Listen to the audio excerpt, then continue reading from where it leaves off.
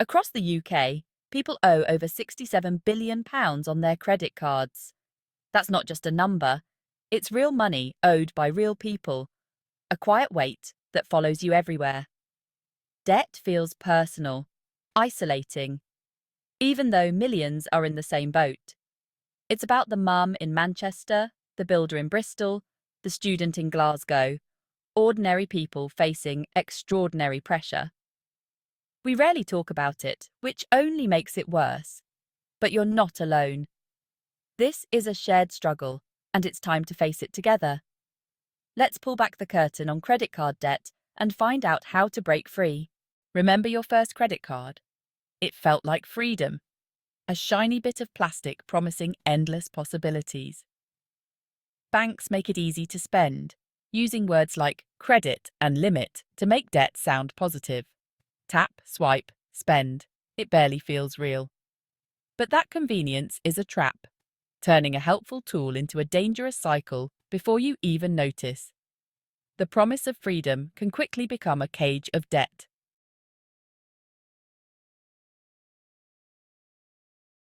When you use a credit card, you're borrowing money and paying for it through interest, or APR. Miss a payment, and that interest snowballs, making a small debt much bigger. Tempting 0% deals lure you in, but when they end, high rates kick in.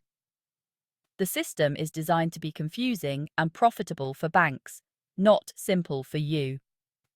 Understanding interest is key to avoiding the debt spiral. Don't let a simple purchase become a long-term burden.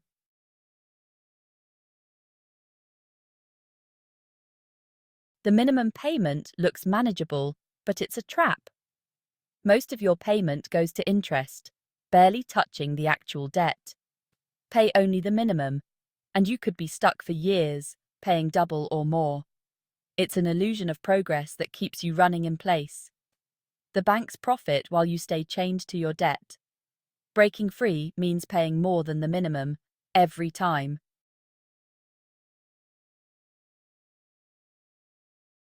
It starts with a real need. A broken car, a flooded kitchen. The credit card feels like a lifeline, but soon the balance creeps up. You start paying the minimum, using one card to pay another just to get by. The debt grows until it's a constant, stressful presence. What began as a solution becomes a necessity, then a prison. The stress builds and escape feels impossible. The shiny promise has become a daily nightmare.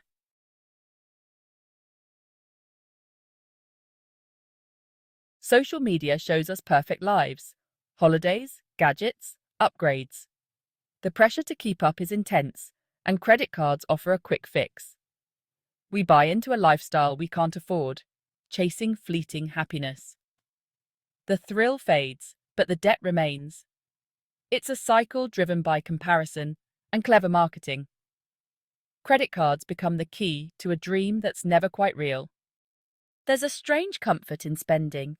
After a tough day, a little retail therapy feels like a pick-me-up, a way to treat yourself and take back control. That buzz when you tap your card or click Buy Now is real. Your brain releases dopamine, making it feel good. But with every tap, it's easy to overspend without noticing, and debt quietly builds up. The comfort fades, leaving you with debt and stress. Recognizing this cycle is the first step to taking back control. Why don't we talk about debt? In Britain, money is private, and debt feels like failure. The shame keeps us silent, isolated, and afraid to seek help. We pretend everything's fine, but the silence lets debt grow in the dark. Breaking the silence is powerful. Confide in someone you trust. Support is out there, and you're not alone.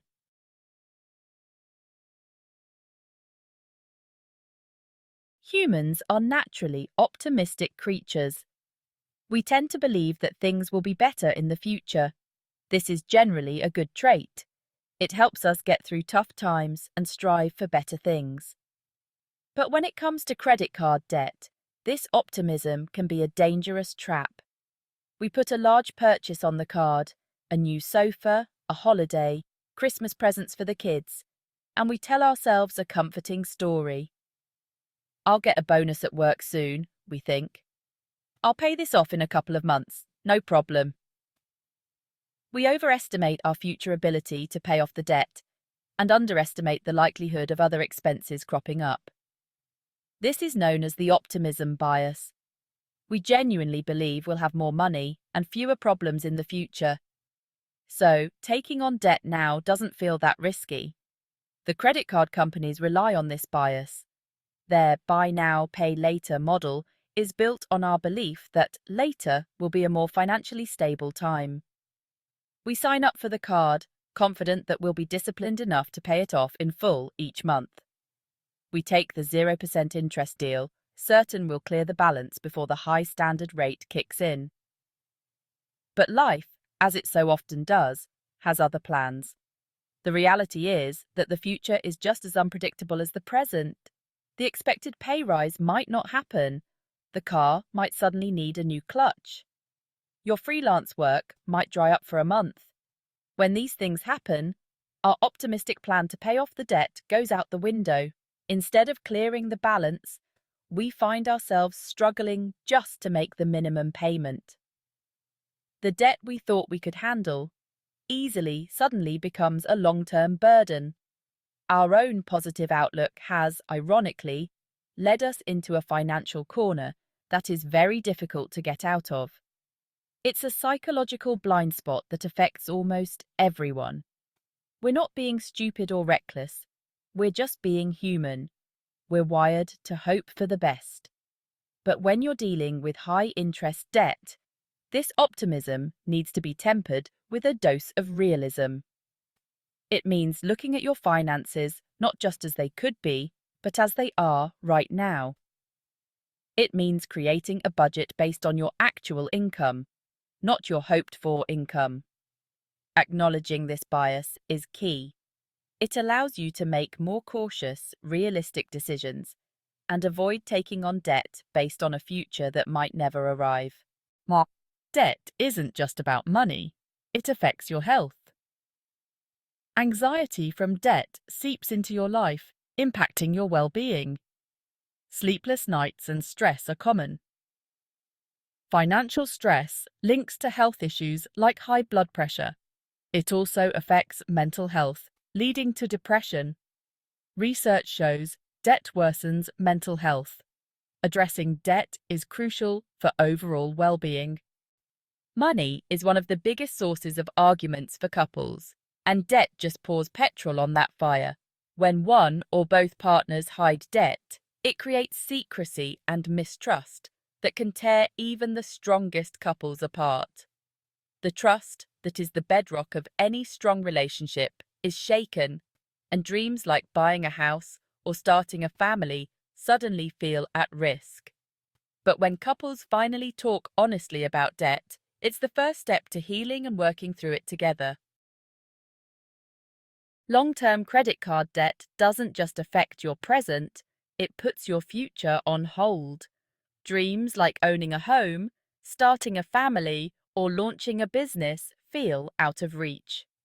You become trapped not just by the debt, but by the lack of options it leaves you with. Escaping debt is about reclaiming your future and the power to choose the life you want.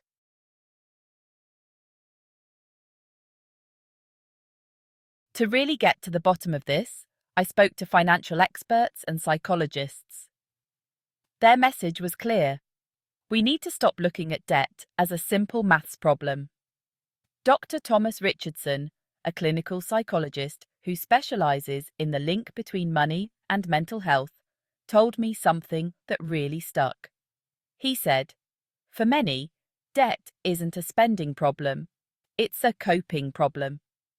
People are using credit to manage difficult life events or regulate painful emotions. Until you address those underlying issues, simply cutting up the cards won't solve the problem." This really reframes the entire issue. It's not about being bad with money, It's often about a lack of other, healthier coping mechanisms. Financial advisors I talked to echoed this. One expert from a national debt charity explained that the system itself is designed to exploit our psychological vulnerabilities. The minimum payment is a masterpiece of behavioral psychology, she said. It gives the consumer a feeling of control and compliance while ensuring they remain in debt for the maximum possible time. The language, the frictionless payment methods, the introductory offers, it's all engineered to encourage borrowing. This expert view confirms what so many of us feel instinctively. The odds are stacked against us from the very beginning. It's not a level playing field. Another key point that came up was the impact of financial instability on our ability to think clearly. Neuroscientists have found that persistent financial stress, or what they call scarcity, actually reduces our cognitive bandwidth. It's like trying to run a computer with too many programs open. Your brain is so preoccupied with worrying about how to pay the bills that it has less capacity for other things, like long-term planning, problem-solving, and impulse control. This means that when you're in debt, you are literally less able to make the good financial decisions needed to get yourself out of it. It's a cruel irony. So, what's the takeaway from the experts? It's that we need a more compassionate and holistic approach. We need to recognize the psychological drivers behind debt and the physiological effects it has on us. We need to demand more transparency and fairness from the financial industry. And on a personal level, we need to be kinder to ourselves. According to the experts, the solution isn't just about creating a budget.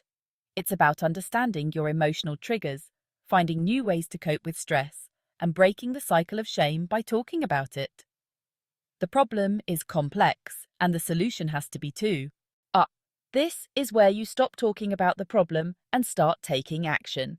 The first step is to face the music, gather all your bills and debts, and see exactly where you stand. Write down the total. Don't panic. This is the moment you start taking back control. Next, create a budget. Track every penny for a month and see where your money goes. Cut unnecessary spending and redirect every pound you can toward your debt. Finally, stop borrowing more. Draw a line in the sand. No more.